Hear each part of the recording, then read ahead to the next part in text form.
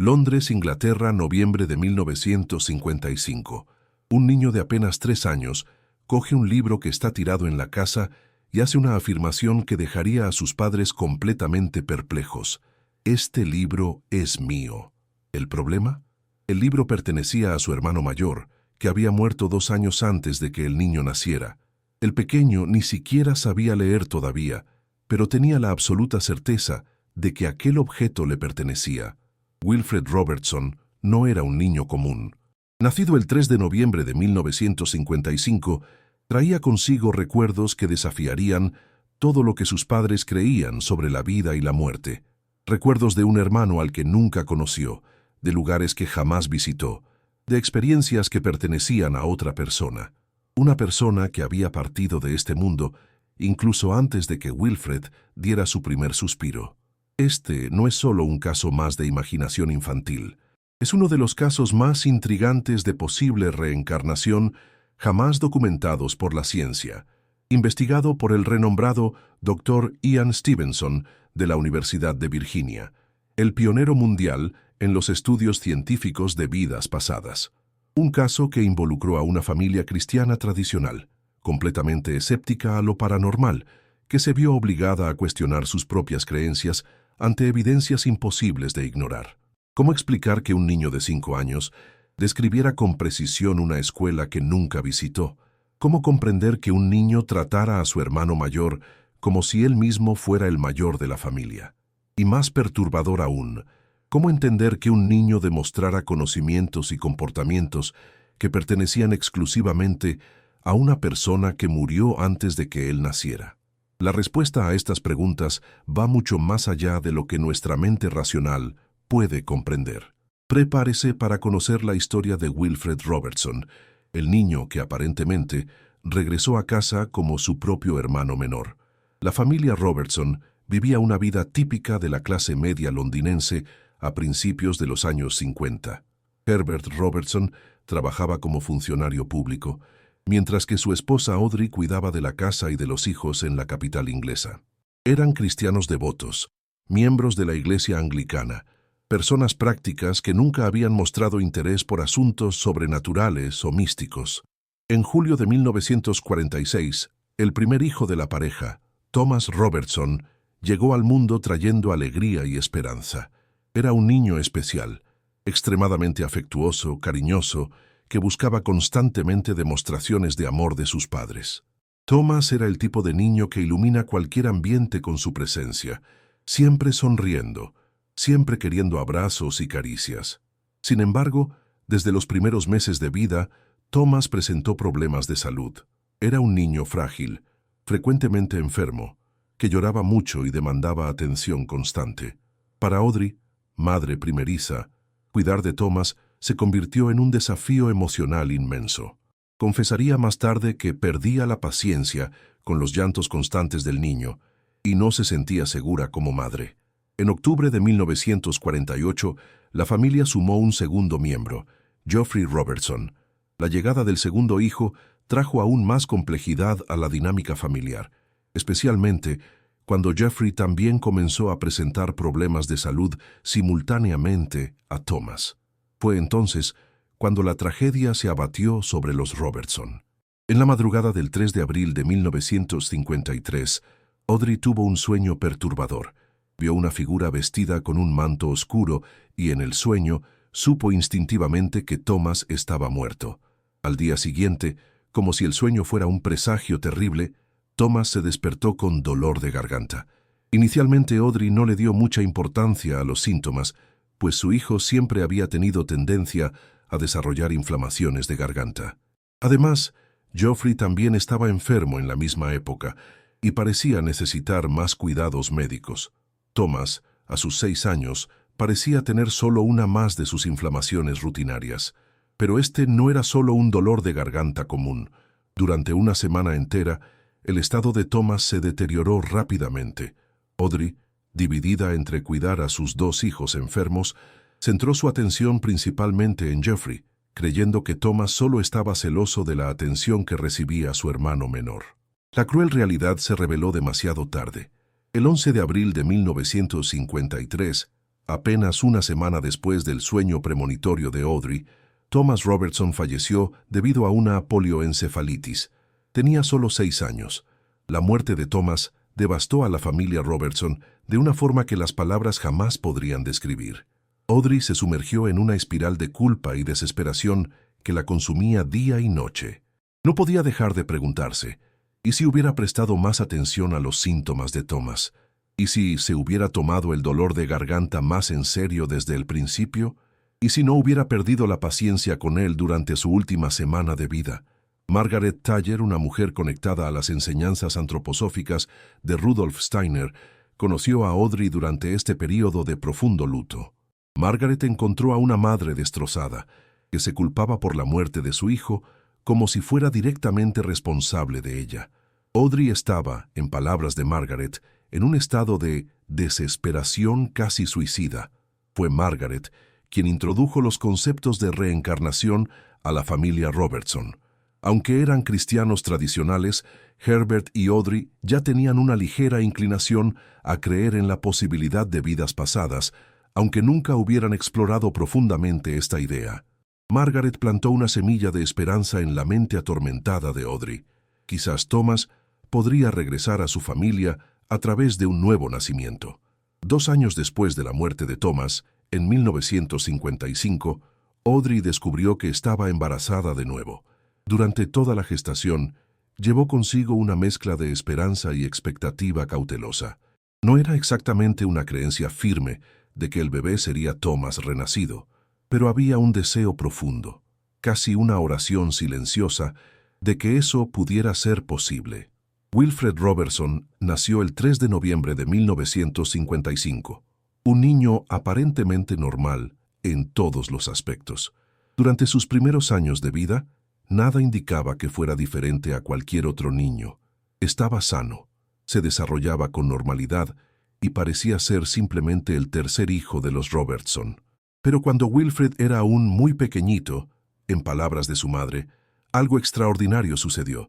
El niño, que apenas podía hablar bien y ciertamente no sabía leer, encontró un libro tirado en la casa. Era un libro común, sin nada especial en su apariencia externa. Wilfred tomó el objeto y, con la convicción absoluta que solo los niños pequeños pueden demostrar, declaró: «Este libro es mío». Audrey sintió un escalofrío recorrer su espalda cuando abrió el libro y vio, escrito en el interior de la portada, el nombre de Thomas Robertson. ¿Cómo podía un niño, que ni siquiera sabía leer, identificar un libro como suyo, cuando en realidad el objeto pertenecía al hermano fallecido que nunca había conocido? Este fue solo el primero de una serie de eventos que harían que la familia Robertson cuestionara todo lo que creían sobre la naturaleza de la vida y la muerte. Wilfred acababa de demostrar un conocimiento que parecía imposible, a menos que realmente fuera Thomas Robertson regresando al hogar familiar. La semilla de la duda había sido plantada. En los años siguientes, esa semilla crecería y se transformaría en evidencias cada vez más perturbadoras e inexplicables. A medida que Wilfred crecía, su personalidad comenzó a revelar características que dejaban a sus padres cada vez más intrigados. A diferencia de lo que se esperaría de un hermano menor, Wilfred desarrolló una postura dominante sobre Geoffrey, su hermano 2 años mayor. Era como si él, internamente, supiera que debería ser el mayor de la familia. Wilfred solía darle órdenes a Geoffrey, relató Audrey años más tarde. Esta inversión en la dinámica fraternal era constantemente observada por los padres. Geoffrey, quien por derecho de nacimiento era el hermano mayor, se sentía visiblemente irritado por la actitud de superioridad que Wilfred demostraba. Era una situación que no tenía sentido desde un punto de vista lógico, pero que sería perfectamente comprensible si Wilfred realmente fuera Thomas, quien había sido 2 años mayor que Geoffrey. Cuando Wilfred tenía entre 5 y 7 años, ocurrió un episodio que marcaría para siempre la memoria de Audrey. Era una noche cualquiera, y ella estaba acostando a su hijo, siguiendo la rutina familiar habitual. Durante este momento íntimo entre madre e hijo, Wilfred hizo una declaración que heló la sangre de Audrey. Dijo que recordaba cuando iba a la escuelita. El término escuelita resonó en la mente de Audrey con una fuerza devastadora. Wilfred nunca había asistido a una escuela pequeña. En la época de esta conversación, él estudiaba en una institución grande, con 20 o 30 profesores, una escuela típica de las grandes ciudades. Jamás había visto ni visitado ninguna escuela pequeña en toda su vida. Pero Thomas sí había asistido a una pequeña escuelita, cuando la familia vivía en una comunidad más pequeña. Era una escuela diminuta, con solo 2 profesores, completamente diferente a cualquier institución educativa que Wilfred conociera. ¿Cómo podía referirse específicamente a una escuelita si su única experiencia educativa había sido en escuelas grandes? Audrey intentó profundizar en el asunto, preguntando quién era el profesor de la tal escuelita que Wilfred mencionaba. Pero el niño, con la típica inconsistencia de los niños pequeños, no respondió a la pregunta y rápidamente cambió de tema, dejando a su madre con más dudas que respuestas. En otra ocasión, durante una conversación entre los hermanos, Audrey escuchó algo que la dejó completamente sin palabras. Wilfred estaba hablando con Jeffrey cuando dijo, con la naturalidad de quien relata un hecho obvio: «Recuerdo cuando te vi en el cochecito de bebé». Esta afirmación era cronológicamente imposible para Wilfred, que había nacido 2 años después de Jeffrey. ¿Cómo podía tener recuerdos de ver a su hermano mayor de bebé? Pero para Thomas, este recuerdo tendría todo el sentido. Él realmente había visto a Jeffrey en el cochecito cuando era un bebé, pues Thomas era 2 años mayor. Las evidencias seguían acumulándose, cada una más desconcertante que la anterior. En la escuela, una de las profesoras de Wilfred notó que el niño mostraba una actitud extrañamente reservada y mencionó el hecho a los padres durante una reunión escolar. Cuando Herbert y Audrey hablaron con Wilfred sobre este comportamiento, la respuesta del niño fue sorprendente. El problema es que ella no se da cuenta de todo lo que sé. Era una respuesta cargada de una madurez que no se correspondía con su edad cronológica, como si un alma más vieja estuviera hablando a través de la boca de un niño pequeño. En 1968, cuando Wilfred ya había cumplido 13 años, el caso llegó al conocimiento de la comunidad científica a través de Margaret Thayer. Ella había acompañado a la familia Robertson a lo largo de los años y decidió informar de los sucesos a uno de los mayores expertos mundiales en casos de posible reencarnación, el Dr. Ian Stevenson, de la Universidad de Virginia. El Dr. Stevenson era una figura respetada en el ámbito académico, un psiquiatra riguroso que había dedicado su carrera a estudiar casos de niños que afirmaban recordar vidas pasadas. A diferencia de muchos investigadores del campo paranormal, Stevenson aplicaba una metodología científica estricta en sus investigaciones, eliminando sistemáticamente todas las explicaciones convencionales antes de considerar la posibilidad de la reencarnación. Cuando Margaret escribió a Stevenson describiendo las pocas, pero significativas, afirmaciones hechas por Wilfred, el investigador reconoció de inmediato los patrones típicos de los casos que estudiaba. Aunque el número de declaraciones era menor que en muchos otros casos documentados, la calidad y especificidad de las evidencias eran lo suficientemente intrigantes como para merecer una investigación científica. El 1 de marzo de 1970, el Dr. Stevenson viajó a Londres para reunirse personalmente con Herbert y Audrey Robertson. Fue un encuentro que duraría varias horas, durante el cual el investigador aplicó su metodología científica, desarrollada a lo largo de décadas de experiencia. La primera etapa de la investigación de Stevenson siempre implicaba la eliminación de explicaciones convencionales. Examinó cuidadosamente la posibilidad de criptomnesia, la capacidad de recordar información previamente olvidada que podría haber sido adquirida a través de fuentes normales.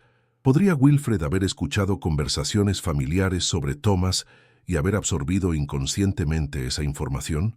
El investigador también investigó la posibilidad de sugestión parental. ¿Podría Audrey haber plantado consciente o inconscientemente ideas en la mente de Wilfred? Esta era una preocupación legítima, especialmente considerando el profundo deseo de Audrey de tener a Thomas de vuelta. Durante sus extensas entrevistas con Herbert y Audrey, Stevenson quedó impresionado con la honestidad intelectual de la pareja. Audrey, en particular, mostraba una cautela rigurosa para no exagerar ningún aspecto del caso.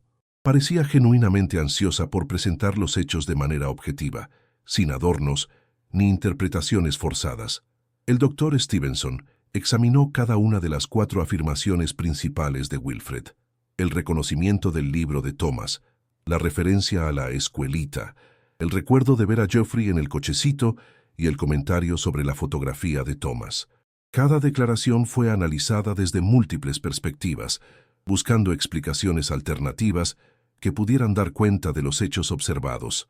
La metodología de Stevenson también incluía el análisis del comportamiento y la personalidad de los sujetos. La actitud dominante de Wilfred hacia Geoffrey, su reserva emocional en comparación con la naturaleza afectuosa de Thomas y su madura respuesta a la profesora sobre todo lo que sabía, todos estos elementos fueron cuidadosamente catalogados y analizados. Stevenson observó que este caso presentaba características típicas de los casos de reencarnación que estudiaba, pero también poseía particularidades únicas que lo hacían especialmente intrigante para la investigación científica. Si estás siguiendo esta investigación científica y te sientes tan intrigado como los propios investigadores, suscríbete al canal porque tenemos muchos más casos extraordinarios como este para compartir, todos documentados por la ciencia más rigurosa. A medida que la investigación del Dr. Stevenson avanzaba, surgieron detalles adicionales que fortalecieron aún más la plausibilidad del caso. Uno de los aspectos más fascinantes descubiertos por el investigador fue la existencia de una fotografía de Thomas que aparentemente causó una reacción significativa en Wilfred. Margaret Thayer había informado a Stevenson que Audrey le había contado que Wilfred había identificado una fotografía de Thomas como si fuera de él mismo.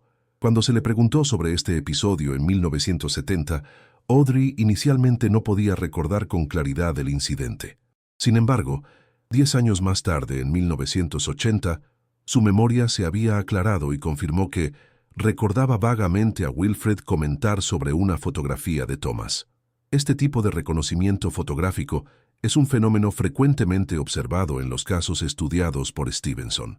Los niños que afirman recordar vidas pasadas a menudo logran identificar fotografías de la persona que supuestamente fueron, incluso cuando se les presentan junto con otras fotografías similares. El hecho de que Audrey hubiera mencionado este episodio a Margaret años antes de que comenzara la investigación formal añade credibilidad al relato. El Dr. Stevenson también examinó cuidadosamente la compleja dinámica familiar que se había desarrollado tras el nacimiento de Wilfred. Herbert y Audrey eran unánimes al observar que la relación con Wilfred era dramáticamente diferente de la que habían tenido con Thomas. Mientras que Thomas era extremadamente afectuoso y buscaba constantemente demostraciones de cariño, Wilfred mantenía una postura emocionalmente distante y reservada. Esta diferencia de personalidad podría verse inicialmente como una evidencia en contra de la teoría de la reencarnación. Al fin y al cabo, si Wilfred fuera Thomas renacido, ¿no debería mantener las mismas características de personalidad? Sin embargo, el análisis más profundo de Stevenson reveló una compleja dinámica psicológica que podría explicar esta aparente contradicción. Audrey cargaba con un devastador sentimiento de culpa por la muerte de Thomas. Se culpaba por no haber sido lo suficientemente paciente con sus llantos, por no haberle prestado la atención adecuada durante su enfermedad final, por no haber sido la madre amorosa que Thomas necesitaba. Este peso emocional creó una necesidad desesperada de reparación, un profundo deseo de pedirle perdón a Thomas. Si Wilfred realmente fuera Thomas renacido, su incapacidad para corresponder al afecto excesivo de Audrey podría interpretarse como una forma de castigo kármico o una respuesta emocional a la dinámica no resuelta de la vida anterior.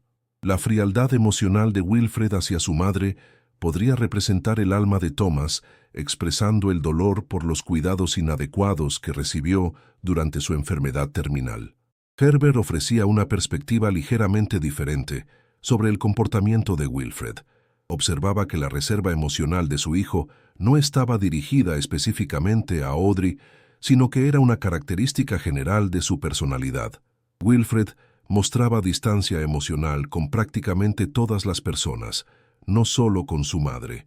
Esta observación de Herbert era particularmente significativa para el análisis de Stevenson. En muchos casos de reencarnación, Los niños desarrollan personalidades que reflejan traumas o dinámicas no resueltas de sus vidas anteriores. La reserva emocional de Wilfred podría ser una defensa psicológica desarrollada en respuesta a los recuerdos subconscientes de haber sido incomprendido en su vida anterior como Thomas. El doctor Stevenson continuó siguiendo el caso a través de correspondencia con la familia durante los años siguientes, siempre atento a nuevos desarrollos o declaraciones adicionales que pudieran fortalecer o debilitar las evidencias ya recopiladas. El aspecto más extraordinario del caso de Wilfred Robertson no residía en una única prueba definitiva, sino en la consistencia impresionante de pequeños detalles que, analizados en conjunto, creaban un patrón difícil de explicar por medios convencionales. El doctor Stevenson, tras años de investigación y seguimiento, concluyó que este caso presentaba características típicas de los fenómenos de reencarnación que había estudiado durante décadas. La revelación más impactante surgió del análisis temporal de las declaraciones de Wilfred. Todas sus afirmaciones sobre la vida de Thomas las había hecho cuando era muy pequeño, entre los 3 y los 7 años, exactamente el rango de edad en que la mayoría de los niños con recuerdos de vidas pasadas hacen sus declaraciones más significativas. Después de los 7 años, Wilfred nunca más hizo ningún comentario que sugiriera recuerdos de la vida de Thomas. Esta cesación de los recuerdos después de una cierta edad es un patrón universalmente observado en los casos estudiados por Stevenson. Es como si los recuerdos de vidas pasadas fueran más accesibles durante los primeros años de vida, desapareciendo gradualmente a medida que el niño desarrolla su identidad actual y se adapta completamente a su nueva existencia. Lo que más impresionaba a los investigadores era la especificidad de la información que Wilfred demostraba conocer. No hacía declaraciones vagas o genéricas sobre haber sido otra persona. Sus afirmaciones eran precisas y verificables. Un libro específico que pertenecía a Thomas, una escuela pequeña a la que Thomas había asistido, recuerdos de ver a Geoffrey de bebé, detalles que solo alguien que realmente hubiera vivido la vida de Thomas podría conocer. El análisis científico de Stevenson eliminó sistemáticamente las explicaciones convencionales. La posibilidad de que Wilfred hubiera adquirido esta información a través de conversaciones familiares fue descartada porque muchos de los detalles que mencionaba eran cosas que la familia rara vez discutía. La hipótesis de la sugestión parental también fue rechazada debido a la cautela demostrada por Audrey para no forzar interpretaciones paranormales sobre el comportamiento de su hijo. En 1980, Audrey escribió una carta a Stevenson que representó una especie de conclusión informal del caso. Tras años de reflexión y observación, había llegado a la conclusión de que la reencarnación era la mejor explicación para las afirmaciones y el comportamiento de Wilfred. En sus palabras, era Margaret Thayer, quien siempre pensó que había una gran posibilidad de que Thomas hubiera regresado como Wilfred y estaba claro, era un deseo mío en aquella época. Esta admisión de Audrey demostraba su evolución de una madre desesperada por respuestas a una mujer que había encontrado la paz a través de la aceptación de una posibilidad que inicialmente parecía imposible de creer.